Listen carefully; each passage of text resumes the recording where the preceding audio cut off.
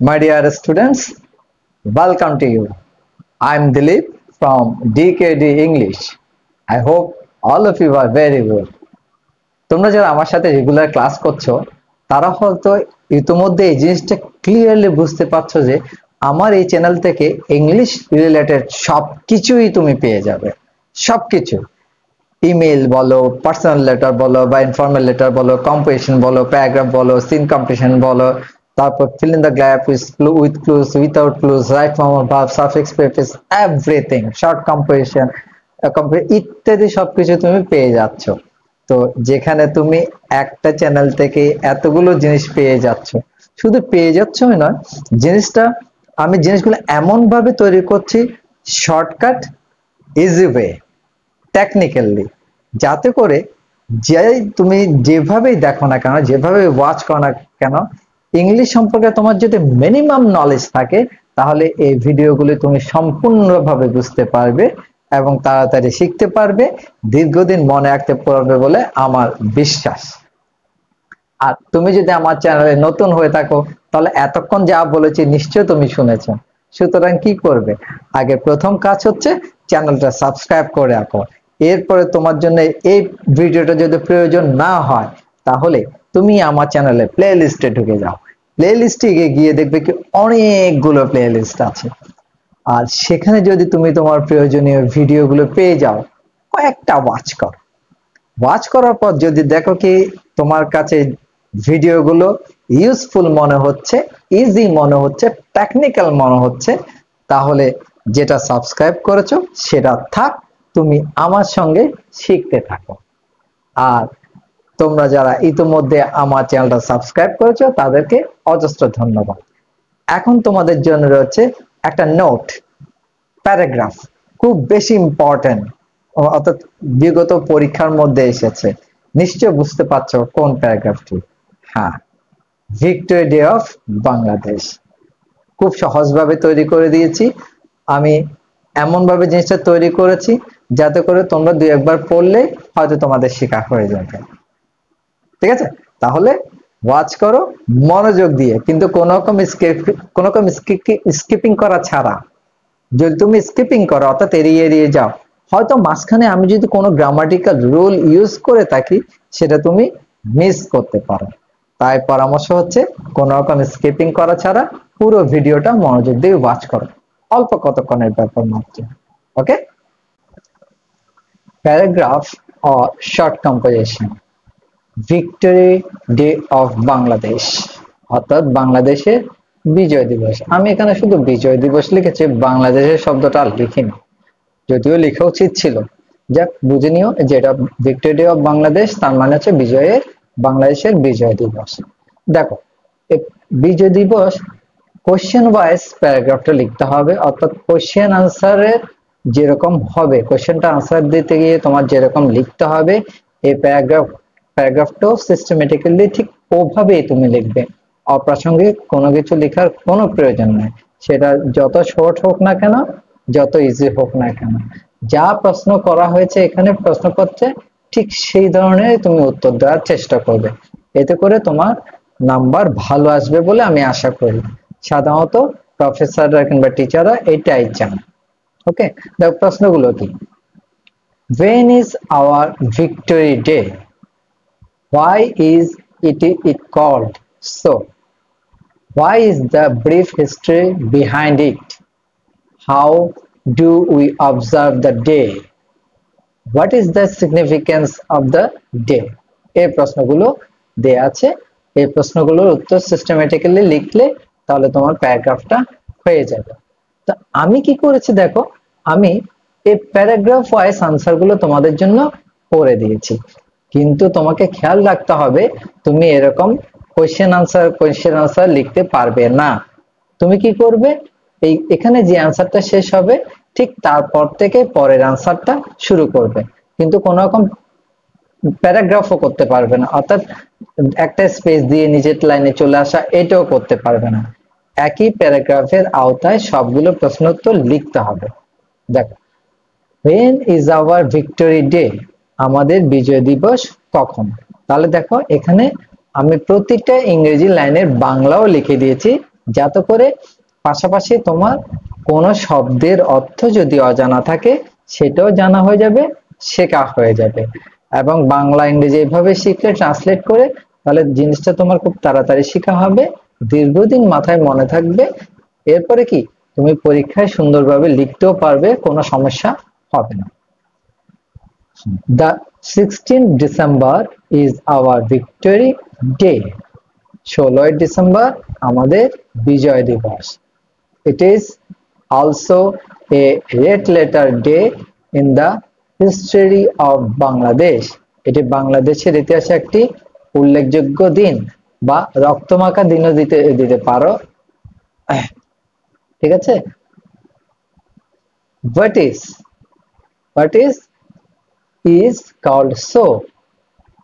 It is called victory day. এটাকে victory day বলা হয় কেন? Because we got victory after a 9 months bloody battle. এখানে চাইলে তুমি warও দিতে পারো, WAR, war, battle এর জায়গা, against Pakistan in 1971. 1971 সালে পাকিস্তানের বিরুদ্ধে 9 মাস রক্তক্ষয়ী যুদ্ধের পর আমরা বিজয় পেয়েছি বলে একে বিজয় দিবস বলা হয়। তাহলে কেন বিজয় দিবস বলা হয় তার কারণটা এখানে সুন্দর করে এক লাইনে আমি লিখে দিয়েছি। এরপর দেখো, what is the brief history behind it? এর পিছনে সংক্ষিপ্ত ইতিহাস কি, অথবা এর পিছনে কি সংক্ষিপ্ত ইতিহাস রয়েছে?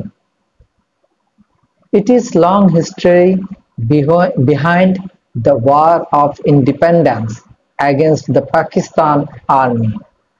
পাকিস্তানি সেনাবাহিনীর বিরুদ্ধে স্বাধীনতা যুদ্ধের পিছনে রয়েছে এক দীর্ঘ ইতিহাস। They deprived us of our economic and political rights.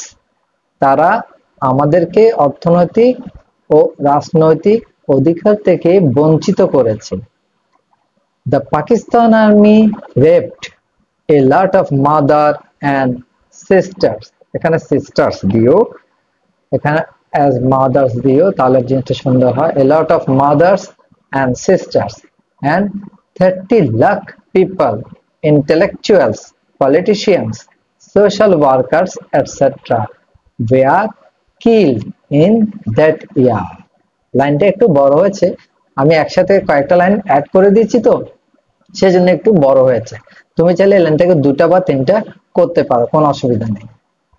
1971 সালে পাকিস্তানি সেনাবাহিনী প্রচুর মা বোনকে ধর্ষণ করে এবং 30 লাখ বুদ্ধিজীবী, রাজনীতিবিদ, সমাজকর্মী ইত্যাদিকে হত্যা করে।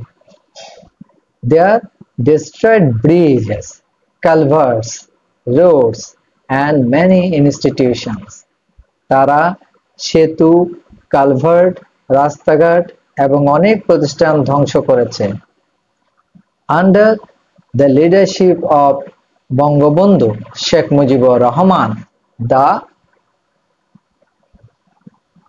the courageous sons of this country took part in liberation war. এখানে in liberation আগে তুমি চাইলে একটা দা দিতে পারো, কারণ লিবারেশন ওয়ার একটাই তো, তার আগে একটা দা দিলে জিনিসটা খুব সুন্দর হয়। বঙ্গবন্ধু শেখ মুজিবুর রহমানের নেতৃত্বে এদেশের সাহসী সন্তানেরা মুক্তিযুদ্ধে অংশ নিয়েছিল। Many martyrs sacrificed their lives in the war of liberation. মুক্তিযুদ্ধে বহু শহীদ আত্মবিসর্জন দিয়েছিলেন। India also helped Bangladesh to train the freedom fighters and they also provided them with arms and ammunitions. Bharat বাংলাদেশকে মুক্তিযোদ্ধাদের প্রশিক্ষণ দিতে সাহায্য করেছিল। এখানে তুমি ভারত বাংলাদেশের মুক্তিযোদ্ধাদের দিতে পারো, কোনো অসুবিধা। বাংলাদেশের মুক্তিযোদ্ধাদের প্রশিক্ষণ দিতে সাহায্য করেছিল এবং তারা তাদের গোলা বারুদ ও অস্ত্র দিয়ে সাহায্য করেছিল। In the